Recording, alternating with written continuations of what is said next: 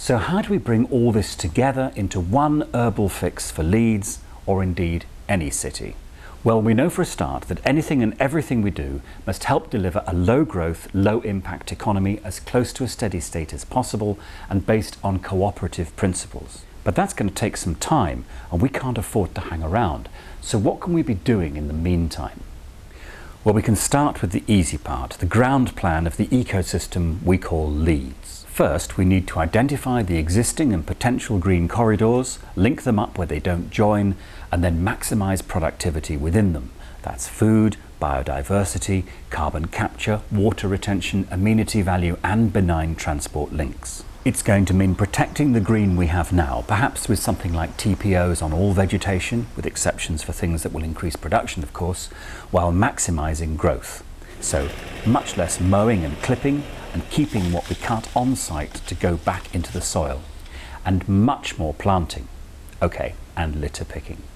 But second, we also need to increase the size and number of green spaces, especially when linking up those green corridors. Turning brown sites green, even if only temporarily, installing green roofs and walls, and even perhaps where it's necessary, removing some roads and buildings as well, using low-impact deconstruction methods, of course. All this is going to require action by a number of different players, and it's how all these interact that's going to define whether we make progress or not. What we need for cities essentially for the next few decades is what we call a plan B. We need to kind of look at the DNA, the kind of how does a city remake itself, and how can we change that so that more people can be involved in that process. Plan A is defunct. We know what Plan A is: ceaseless economic growth, climate change, environmental pollution, social breakdown.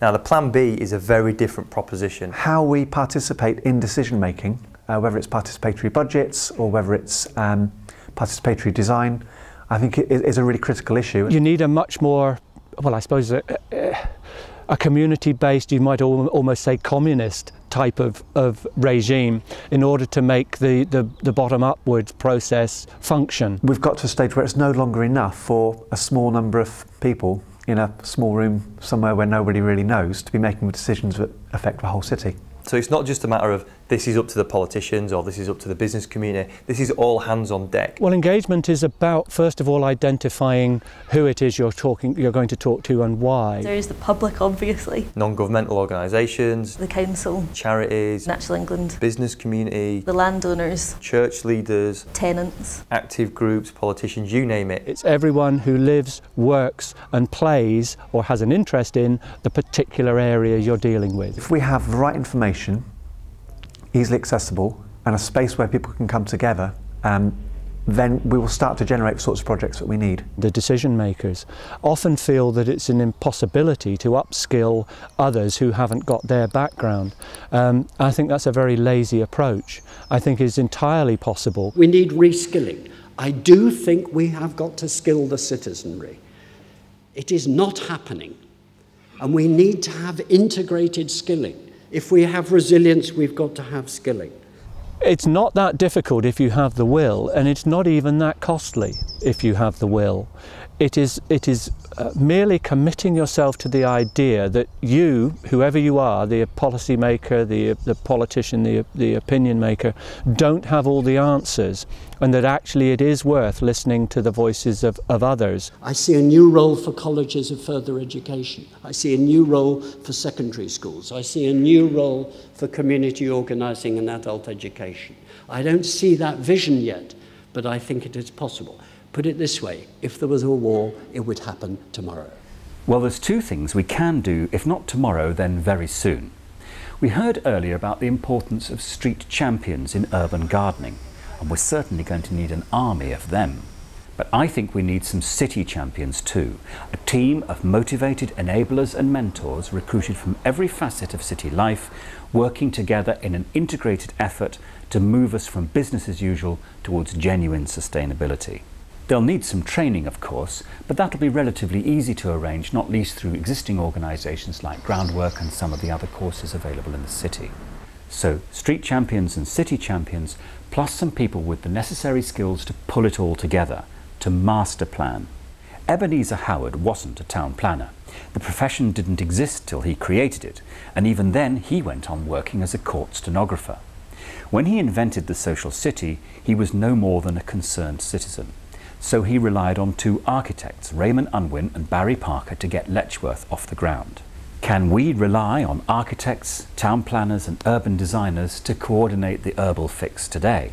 Well, I don't think any profession is really well set up as things are. I know that my profession, town planning, is not, because the education of town planners doesn't address important issues. Architects just don't know enough, don't have enough influence because they don't do enough, and I think there's still a long way to go on that, and that's quite disturbing actually. I don't think there's anyone in the team whose specific remit is sustainability and climate change, and actually I think there may be a change to a sort of new team which is based around, you know, a primary driver of the project being carbon neutrality, because it's going to be difficult to achieve in quite a lot of cases. I think it's going to require a new approach, but I don't know that any profession really has the tools entirely to handle this, which is why I tend to believe it can only be done through a team approach. Usually when you start a project, the blank sheet of paper is first filled by the architect, and so if those first marks on a sheet of paper are going to be the most important, then the architect's going to have to be the person who's the expert on climate change, and or we're going to have some new climate change profession who can think spatially, which is another difficult thing, because maths and spatial things don't always go together. 2,500 years ago, mathematics was it was in the hands of a religious cult. Pythagoras was talking about the golden section and, you know, the wonder of the spheres, and it was all quite religious. Now, mathematics is seen as a basic skill, so crucial that every child in every primary education system on the planet is taught maths. I believe ecological design and ecological literacy are as fundamentally important for human beings that want to occupy a sustainable planet as maths. So on that basis, probably it won't be called permaculture, but something like ecological literacy, ecological design is a skill that really we all need to be learning. We don't need a new term, we need people to understand what a landscape architect is. Somebody else asked me to design their garden one more time. You know, we're an established profession and yet nobody knows what we do.